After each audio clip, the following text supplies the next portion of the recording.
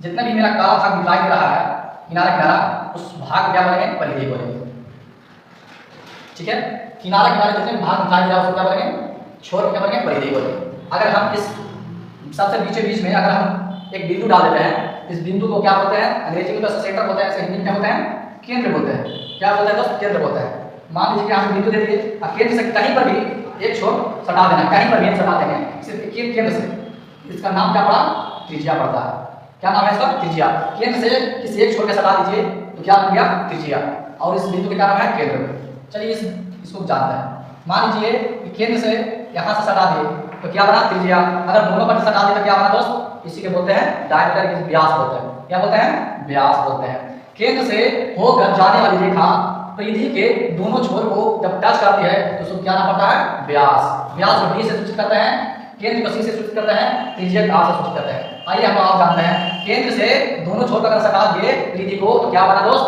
व्यास बन गया। चलिए ये मेरा क्या है? केंद्र है। अभी केंद्र से नहीं सटाएंगे तब यहाँ से सटा देंगे, पर केंद्र से नहीं सटाना है और इतना ही से सटा के चल जाना है। तो क्या बना? नाम जीवा नाम पड़ा। क्या नाम पड़ा है? जीवा। केंद्र से नहीं सटाना है, केंद्र से हट के और दोनों किनारों को सटा दे तो क्या नाम पड़ा? जीवा नाम पड़ा। चलिए अब आओ जानते हैं कि क्या है दोस्त? केंद्र, और केंद्र से ना सटा के थोड़ा सा हट के सटा के और बाहर निकाल दिए। जब बाहर निकाल दिए इसी को नाम क्या है दोस्त? छेदक रेखा। क्या नाम है? छेदक, यानी छेद कर दिया, छेदक रेखा। वृत्त के बाहर दोनों देखो, यहाँ पे मान लीजिए कि यहाँ पे मान लीजिए क्यू दो बिंदु पर काटता है और आगे बढ़ गया है, दोनों किनारों से आगे बढ़ गया है, उसका नाम पड़ा छेदक रेखा। चलिए इसको नाम पर जाने दोस्त। चलिए यहाँ पे आइए, क्या मिला है?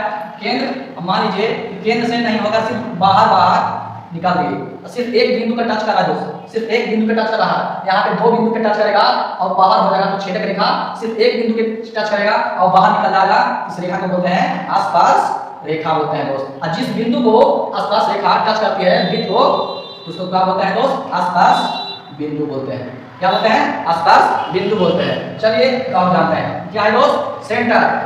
देखिए यहाँ पे ऐसे कर दिए, यहाँ पे ऐसे कर दिए, यहाँ पे मान लीजिए दे दिए नाम, यहाँ पे बी दे दिए। इसको क्या बोलेंगे? चाप बोलेंगे। क्या बोलेंगे? चाप बोलेंगे। चाप, चाप बोल दिए। चलिए लास्ट में देखते हैं। चलिए अब यहाँ पे हम लोग जानेंगे कि देखिए मान लीजिए कि यहाँ पे